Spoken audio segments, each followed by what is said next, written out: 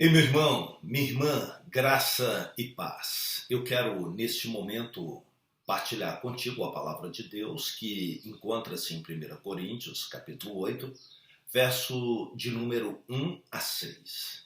Ouça, por gentileza, o que diz a palavra de Deus. No que se refere às coisas sacrificadas a ídolos, reconhecemos que todos nós somos senhores do saber. O saber ensoberbece, mas o amor edifica.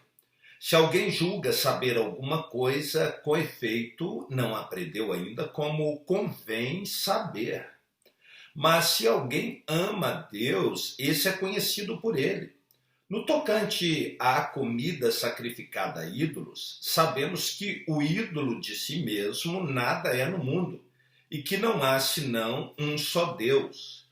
Porque ainda que há também alguns que se chamem deuses, quer no céu ou sobre a terra, como há muitos deuses e muitos senhores, todavia para nós há um só Deus, o Pai, de quem são todas as coisas e para quem existimos, e um só Senhor, Jesus Cristo, pelo qual são todas as coisas e nós também por ele. Muito bem, vamos orar ao Senhor pedindo direcionamento para o estudo da palavra que será feito nesse momento. Oremos. Ó Deus bendito, Pai amado, nós estamos diante da Tua palavra que foi lida, será exposta. Pedimos que o Senhor comunique a Tua palavra, iluminando o nosso entendimento, dando-nos clareza na palavra do Senhor. Fale conosco, nós te suplicamos, em nome de Cristo Jesus. Amém. Muito bem, nós aqui diante desse texto vamos estar tratando de como lidar com a liberdade cristã. Meu querido, minha querida, todos nós temos com bastante clareza em nossa mente que há certas coisas na vida cristã que são absolutamente claras e inequívocas. Em qualquer lugar e época, amar o próximo é uma coisa certa. Todavia, também há coisas que são essencialmente erradas. Cometer adultério, assassinar e odiar as pessoas são práticas reprováveis em todo tempo e lugar. Porém, há determinadas coisas que a igreja fica imaginando. É certo? É errado? Pode fazer? Não pode fazer? Devemos fazer? Não devemos fazer? Por exemplo, o crente pode jogar na loteria esportiva, na Mega Sena ou em qualquer jogo de azar? O crente pode ir à praia no domingo? O crente pode beber cerveja, jogar baralho ou fumar charuto?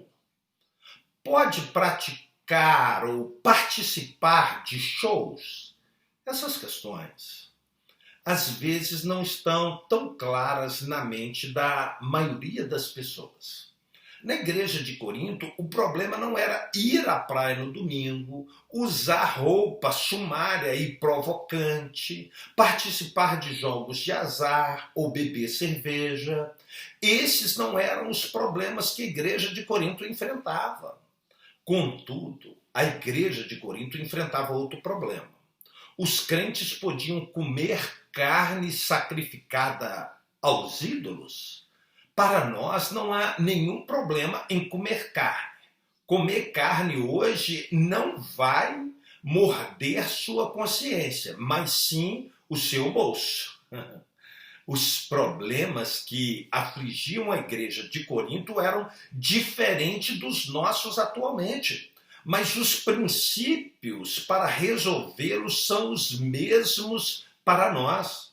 O problema dos ídolos na cidade de Corinto não era uma questão tão simples. A cidade toda estava infestada de ídolos. A religião oficial daquele povo era a idolatria. Para nós entendermos mais acuradamente, quando Paulo chegou a Atenas, uma cidade próxima de Corinto, seu espírito ficou revoltado por causa da idolatria reinante na cidade, conforme nos diz a palavra de Deus. Em Atos capítulo 17, verso de número 16, Corinto era uma floresta de ídolos e uma selva de imagem dos deuses do panteão greco-romano. Para cada casa, pórtico ou departamento público havia uma divindade, um altar. Havia um templo de Afrodite na Acrópole, no ponto mais alto da cidade de Corinto, onde os ídolos proliferavam. Os crentes convertidos em Corinto eram egressos da idolatria, eles eram adoradores de ídolos. Então surgia uma dúvida na mente deles: podemos comer carne que os pagãos oferecem aos ídolos? É pecado fazer isso? A pergunta deles era: comer carne sacrificada aos ídolos é a mesma coisa que adorar um ídolo?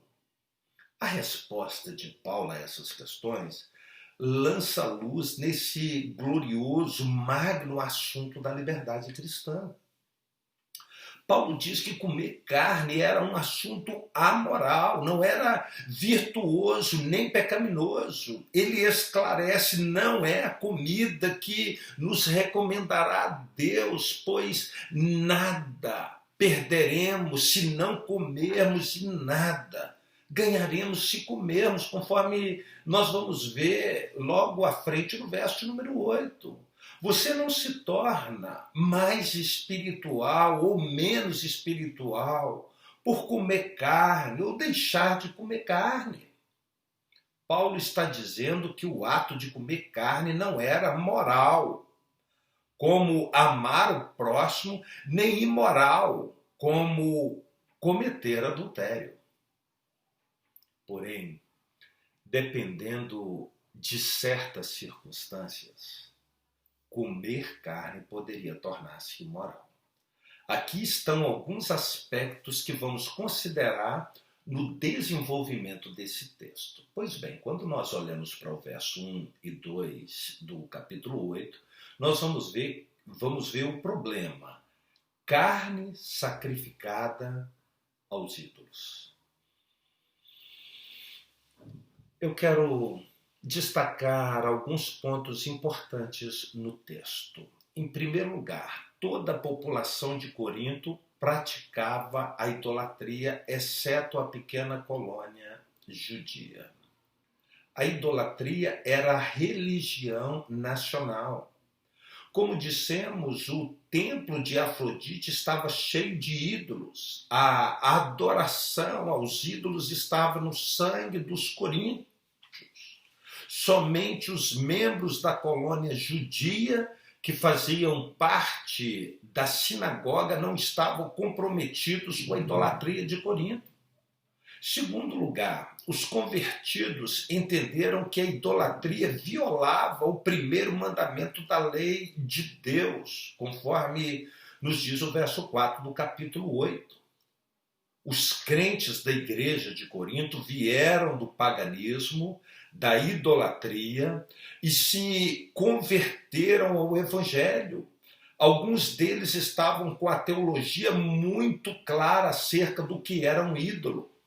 No tocante à comida sacrificada a ídolos, sabemos que o ídolo de si mesmo nada é no mundo e que não há senão um só Deus, como diz o verso 4 do capítulo 8. Os convertidos da igreja de Corinto tinham clareza de que um ídolo era simplesmente barro, pedra, madeira ou gesso e nada além disso. O ídolo não tem vida em si mesmo. A teologia deles estava completamente correta, mas os aspectos sociais da idolatria traziam problemas. Nem sempre era fácil para eles separar a questão religiosa da vida social e cultural. Terceiro lugar, havia 3 lugares onde se encontrava carne sacrificada aos ídolos em Corinto. Nesses lugares, os crentes precisavam se acautelar. Quais eram esses lugares? Vamos dar uma analisada aqui para entendermos melhor. O próprio templo dos ídolos, como vamos ver mais à frente no versículo 10 do capítulo 8. Paulo argumenta porque se alguém te vir a ti, que és dotado de saber, à mesa em templo de ídolo, não será a consciência do que é fraco induzida a participar de comidas sacrificadas a ídolo, conforme diz o verso 10. Os membros da igreja de Corinto haviam sido convertidos, mas quando alguém é convertido, não rompe os relacionamentos com as pessoas que ainda continuam não convertidas. As pessoas convertidas ao Evangelho ainda mantêm laços de amizade com pessoas que ainda estão no mundo. Paulo já havia ensinado que ser crente não é viver num gueto. Ser crente não é entrar numa incubadora e numa estufa espiritual e cortar todos os vínculos de amizade com os pagãos. Não. Do contrário, teríamos de sair do mundo, diz Paulo no capítulo 5, verso 10.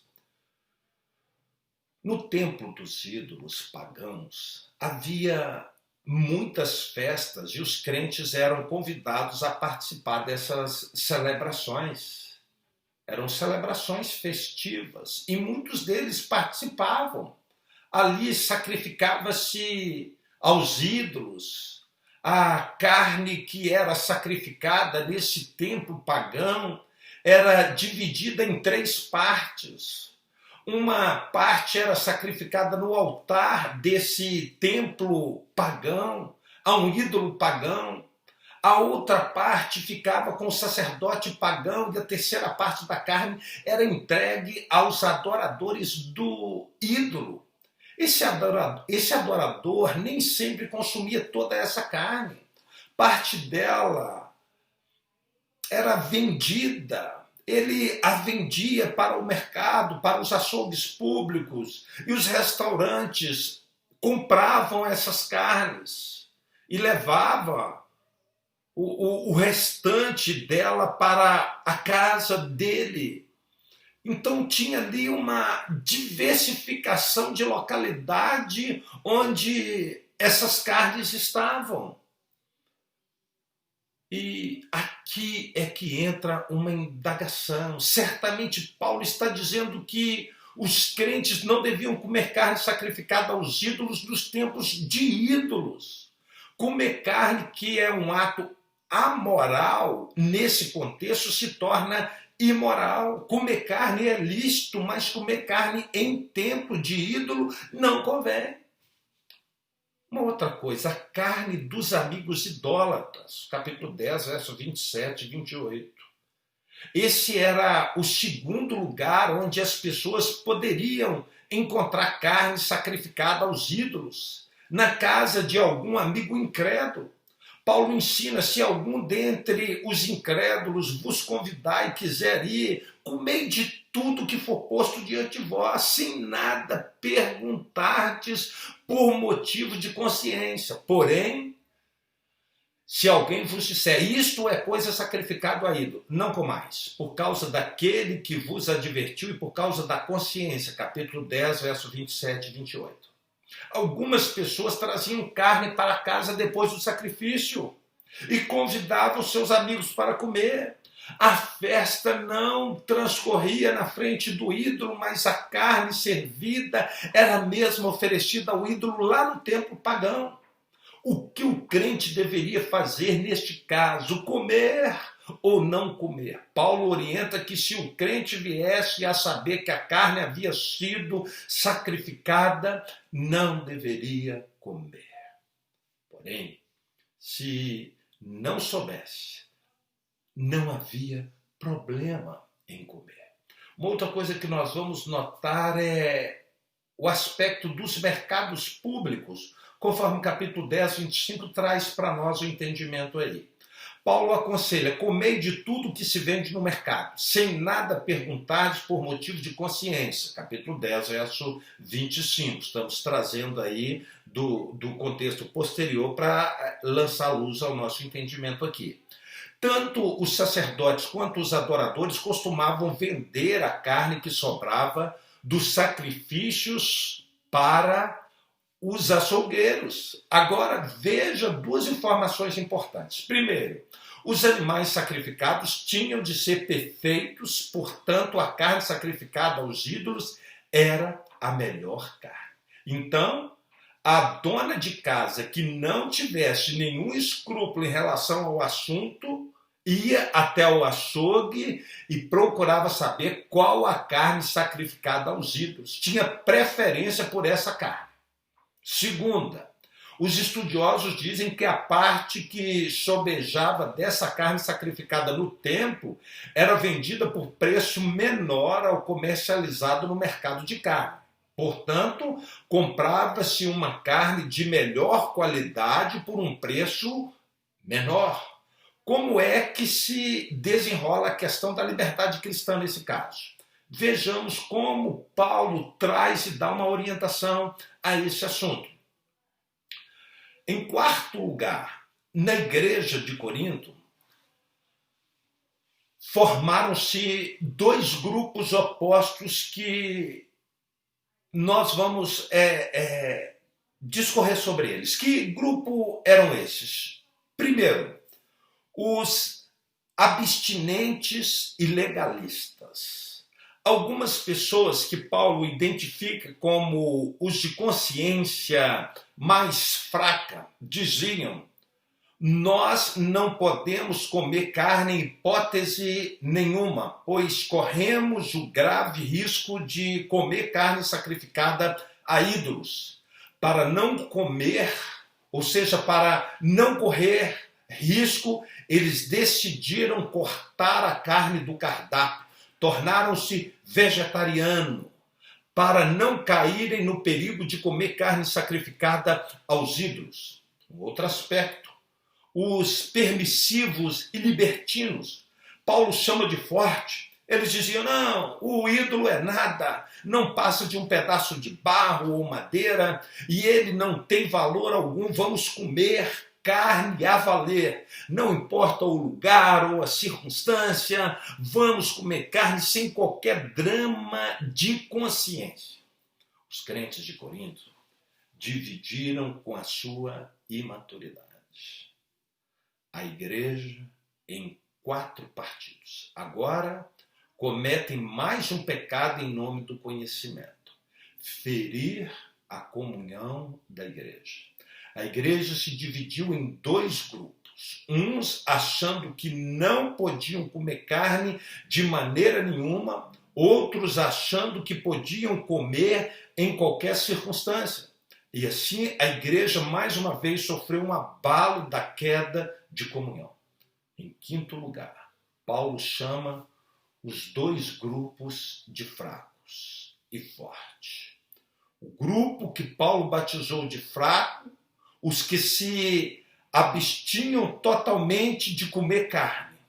Chamava o grupo denominado de fortes, que comia carne em quaisquer circunstância, de crentes mundanos. E esses fortes chamavam os abstinentes, os fracos, de fanáticos. Pessoas sem entendimento da verdade.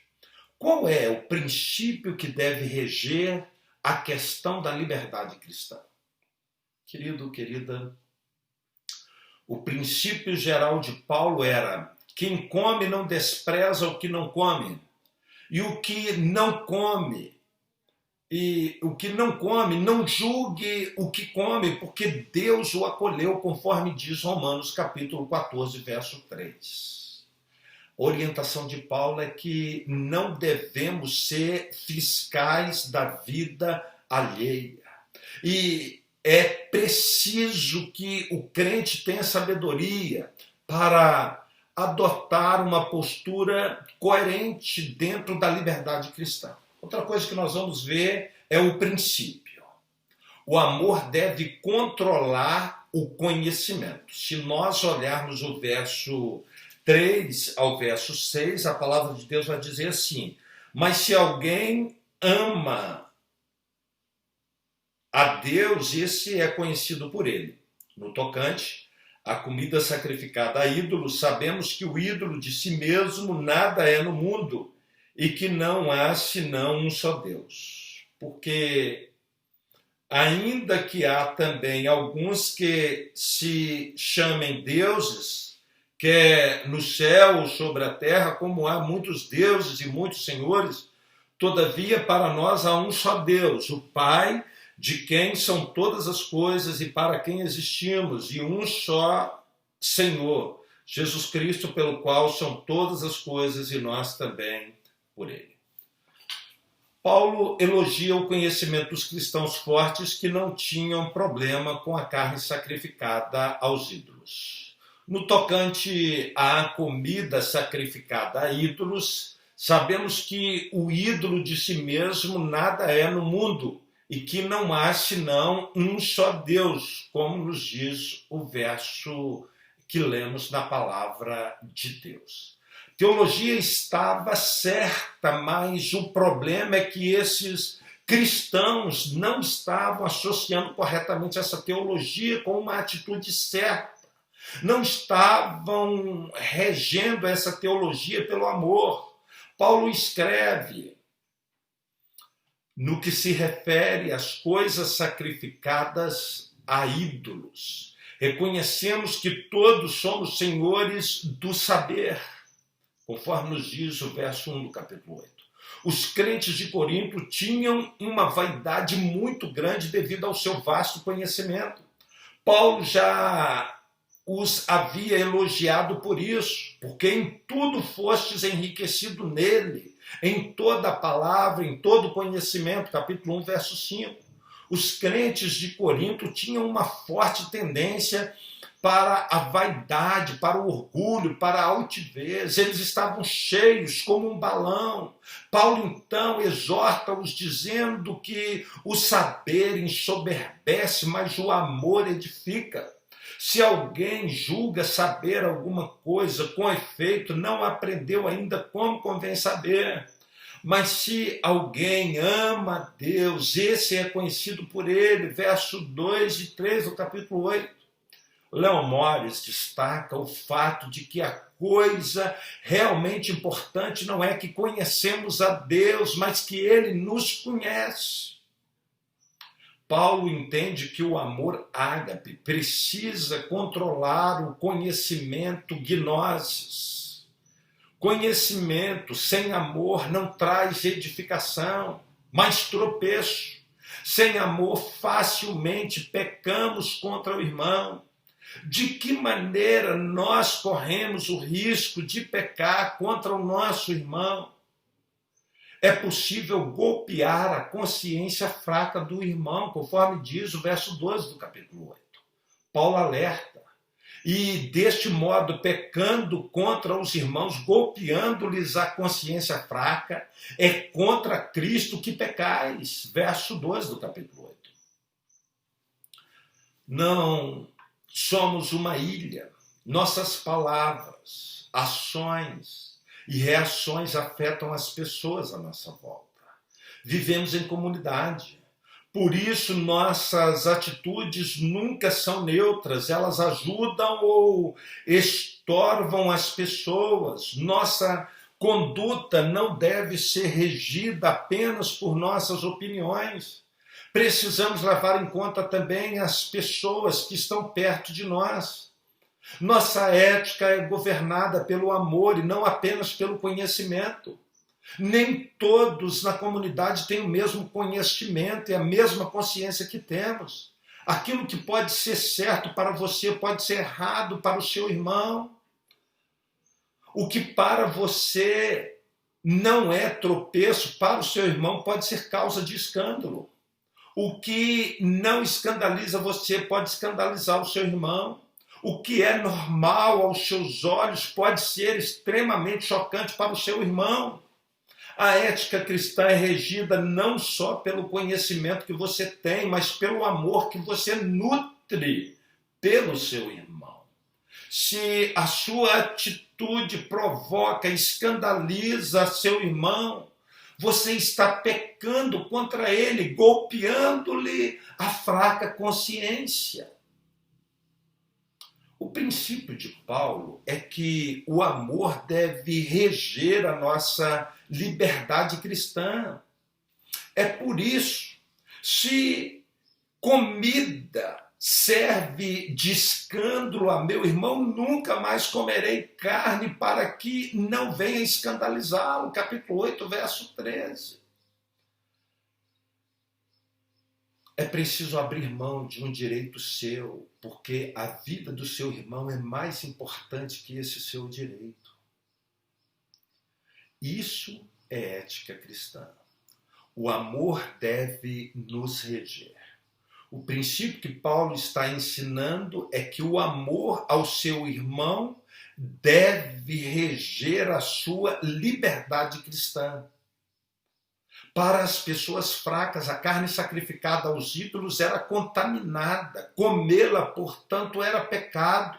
Entretanto, não há esse conhecimento em todos, porque alguns, por efeito da familiaridade até agora com o ídolo, ainda comem dessas coisas como a ele sacrificado, conforme diz o capítulo 8, verso 7, logo em seguida do texto que estamos analisando e expondo. Paulo conclui identificando-se com um grupo forte. Contudo, ele está disposto a abrir mão do privilégio de comer carne para não escandalizar os irmãos fracos. O crente maduro não é regido pelos seus direitos, mas é regido pelo amor. Paulo mostra que o problema do grupo forte era o conhecimento sem amor. Quero abordar algumas coisas a esse respeito. Primeiro, o perigo do falso conhecimento. Existe um grande perigo na vida cristã de se envolver uma espiritualidade apenas do conhecimento. Tem muita gente que pensa que um crente maduro é aquele que conhece a Bíblia e estuda teologia. Então, se a pessoa conhece bem a Bíblia e estuda profundamente teologia, se ela conhece bem as correntes teológicas e domina as leis da hermenêutica sagrada, ela se julga madura na fé. É claro que o conhecimento é fundamental. Não há maturidade cristã sem conhecimento. Porém, é possível uma pessoa ter conhecimento e não ser madura. A Bíblia sempre faz esse balanceamento entre conhecimento e amor, entre conhecimento e experiência. Paulo alerta para o perigo de um conhecimento separado do amor. O conhecimento não pode ser separado da experiência, conforme nos mostra 2 Pedro capítulo 3, verso 18, Mateus 22, 39, João 1, 14, 1 Coríntios capítulo 14, verso 5. Há pessoas que abrem, ou seja, que sabem muito, mas não amam.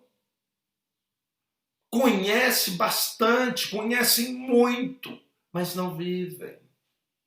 Tem interesse apenas pelo conhecimento teórico, mas tem um coração vazio de Deus. Essas pessoas podem conhecer a respeito de Deus, mas não conhecem a Deus. Segundo aspecto, os sinais e as indicações do falso conhecimento. O apóstolo adverte: o saber ensoberbece, capítulo 8, verso 1. O problema é que o conhecimento sem amor incha as pessoas de vaidade. Esse é o grande perigo de uma pessoa pensar que sabe demais e é dona da verdade. Ela começa a arrotar o seu intelectualismo teológico e a olhar os outros de cima para baixo. E nós vamos notar que ela despreza as pessoas por causa do conhecimento que tem. Essas pessoas se tornam arrogantes, sectaristas, pois imaginam que aqueles que pensam diferente delas não são espirituais como elas. Paulo diz que esse tipo de saber ensoberbece. A palavra grega que Paulo usa para ensoberbecimento é um balão. Um balão está cheio de vento, de ar, mas se você espetá-lo com uma agulha, com um alfinete, com um espinho, ele esvazia. Um balão só tem ar, mas nenhum conteúdo. O verdadeiro conhecimento não é arrogante. Quem sabe não toca trombetas. Quem sabe não tenta ser fiscal da vida alheia. O verdadeiro conhecimento produz humildade e não arrogância. Lata vazia é que faz barulho. Só restolho fica empinado. As espigas cheias se dobram.